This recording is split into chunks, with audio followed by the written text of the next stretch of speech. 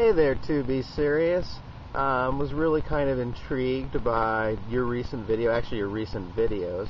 I really like the one that you were talking about the aliens coming down and what would we tell them. I wanted to get a video together for that one, but unfortunately I went on vacation first, and I guess the time has kind of passed for that one. But this one I also kind of wanted to make a response to. And I'm sorry that I can't be more optimistic, but honestly, I don't see much good happening in the future. And the problem really is that I think when you look at situations like this, you have to look at them in terms of who wants things to stay just the way they are, and how powerful are these people? And are they winning? Because I mean, I don't think it's necessarily a foregone conclusion that because people are powerful that they're going to win. But if you look at the way things are trending right now, I don't know. I guess I'm not very optimistic. If you look at like the major forces in the world, like the United States and China, and a lot of the developing world. I mean, some of the developing world is starting to get it, but my country, the United States, is doing everything it can to avoid, changing the system as it exists right now. And, you can see that even right now. I was just watching this morning on Democracy Now!, and they're talking about how this major campaign by the oil companies in favor of more drilling, offshore drilling, drilling in the Arctic National Wildlife Refuge. This is getting a lot of traction with the American people. They're changing their attitudes about these things, and it's because they're being held out this prospect of continued cheap oil. And nobody ever talks about, like, I know that people have talked about in Europe, of whether good cheap oil is a good idea. Part of the problem is, as was pointed out in a lot of the your video and the videos that you were referencing, I watched a bunch of the others as well, is that you do have these long supply lines which are very dependent on the price of oil. And why do you have these long supply lines? I mean, at some point in the not too distant past, all your food came from pretty nearby.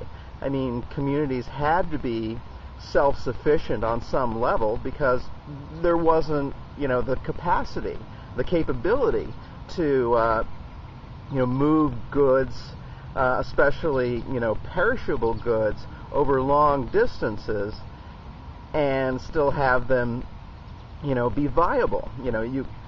Even canning technology hasn't been around for more than a couple of hundred years. So we haven't had that capacity to move things around.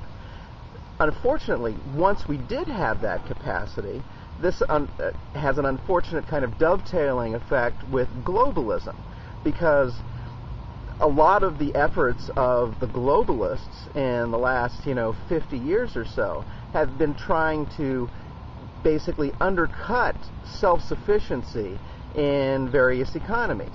So let's take, and I'm going to be totally spurious about these examples because I don't know, but Honduras. Let's say Honduras is like the ideal place to grow bananas.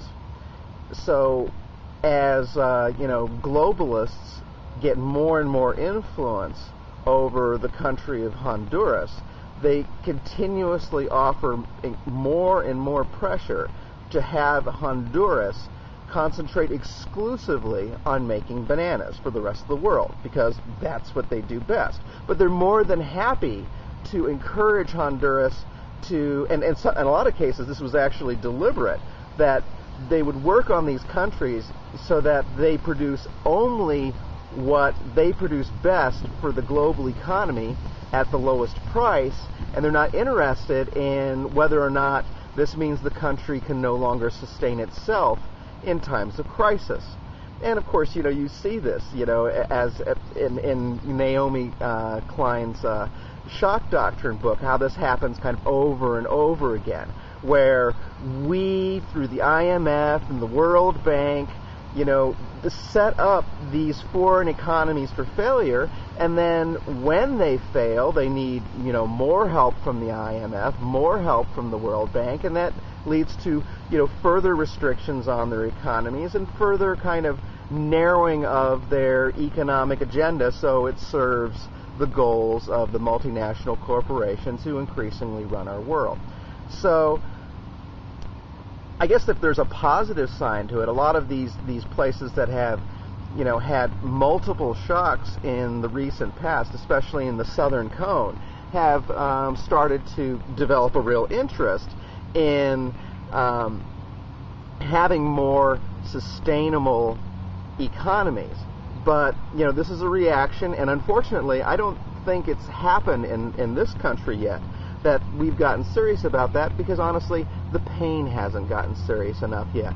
And until the pain becomes unbelievably awful and is to the point where everybody in this country, it forces them to wake up and really analyze these things, and assuming we have the capacity to analyze them correctly and are not led down a garden path, like the oil companies are now, maybe there can be some progress. But I think if the unfortunate lesson of Naomi Klein's book is pretty much that you have to go all the way down first before you're ready to, accept the real changes that you need to make. Now, in terms of some of the other videos that you referenced, I think a lot of these ideas are really brilliant in terms of, trying to make, cities work better, to be more ecological, to, blend in better with the environment, and to have more sustainable economies. But I'm just not sure how much we're going to be able to accomplish, because so much of it is ingrained in, like, say, the personality of this country and the love affair, with the automobile that we have, and there's this whole association with individualism. It's like it's an expression of our individual nature as Americans, that that we have our cars and we can go whenever we want, and we don't have to carpool, and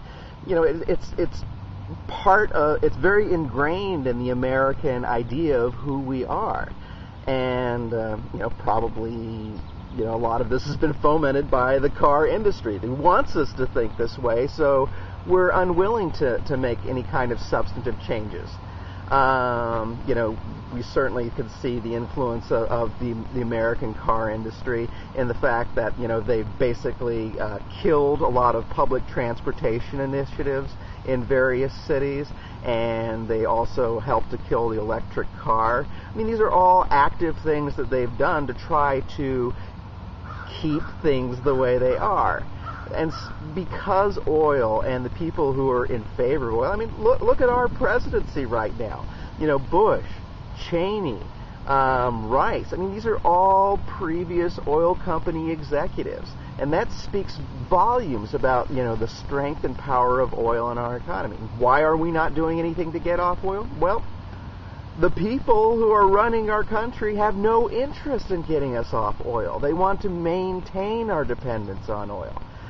Think about it this way. If we had taken all the money that we had spent screwing up Iraq, and we had spent that on renewable energy sources, putting in, like, say, 5 or 6 solar power plants or other similar green technology in every single state of the union, do you think we could have done that? We probably could have done that.